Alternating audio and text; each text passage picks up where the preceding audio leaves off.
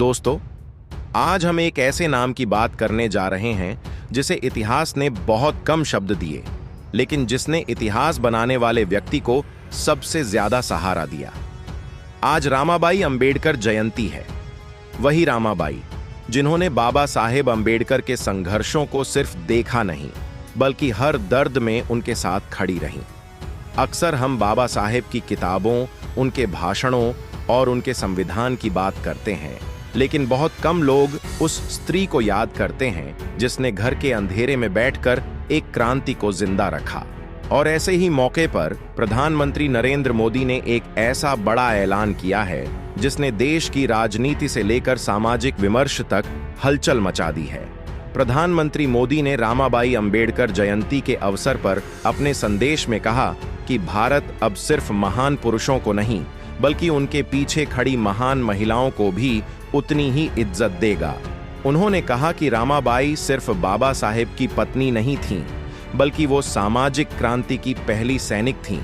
PM Modi ने माना कि अगर रामाबाई का त्याग, धैर्य और बलिदान न होता तो शायद बाबा साहेब का संघर्ष उतना आसान नहीं होता। ये बात सुनते ही सोशल मीडिया पर बहस तेज हो गई।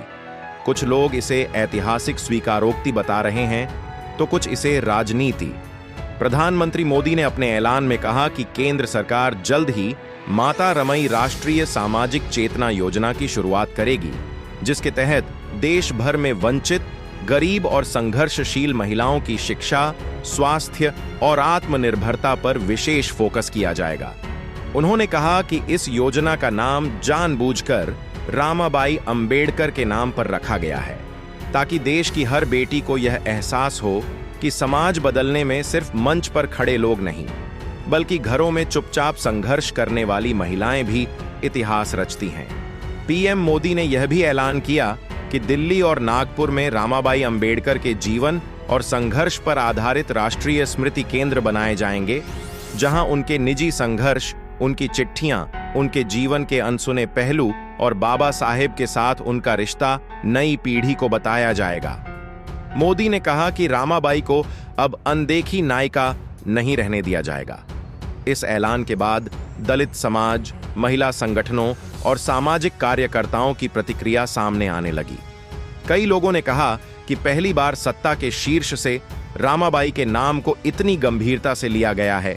वहीं कुछ आलोचकों का कहना है कि अगर सरकार सच में रामाबाई के आदर्शों को मानती है, तो उसे आज भी जातिगत भेदभाव, महिला उत्पीड़न और सामाजिक अन्याय पर उतनी ही सख्ती दिखानी चाहिए।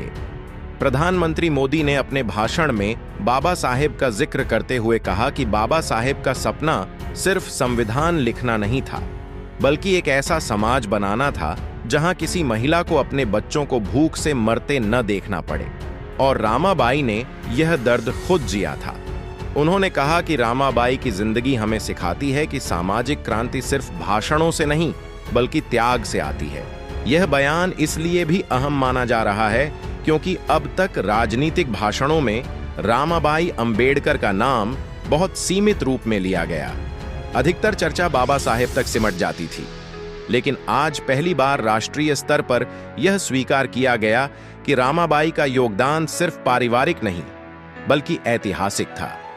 दोस्तों, सवाल यह है कि क्या यह ऐलान सिर्फ एक जयंती तक सीमित रहेगा, या सच में रामाबाई अंबेडकर को वो जगह मिलेगी जिसकी वो हकदार थीं?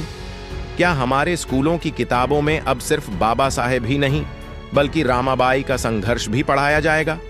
क्या समाज अब उन महिलाओं को भी सलाम करेगा जो क्रांति की नींव बनती हैं, लेकिन नाम इतिहास में खो जाता है?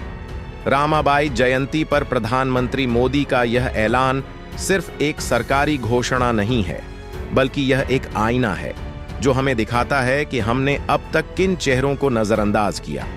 अगर यह ऐलान जमीन पर उतरता है, तो यह सिर्फ रामाबाई के लिए नहीं, बल्कि हर उस महिला के लिए जीत होगी जिसने चुपचाप समाज को बदलने का सपना देखा। और अंत में दोस्तों, आज रामाबाई अंबेडकर जयंती पर हमें खुद से एक सवाल पूछना होगा। क्या हम सिर्फ महान पुरुषों को पूजेंगे, या उन महान महिलाओं को भी सम्मान देंगे जिनके बिना कोई भी क्रांति अधूरी होती है? तो दोस्तों, आपके इस विषय पर क्या विचार है, हमें कमेंट करके बताइए। और अगर वीडियो पसंद आया हो तो वीडियो को लाइक करके चैनल को सब्सक्राइब जरूर करें और बेल आइकॉन प्रेस करें। मिलते हैं किसी और वीडियो में। जय भीम, जय भारत, धन्यवाद।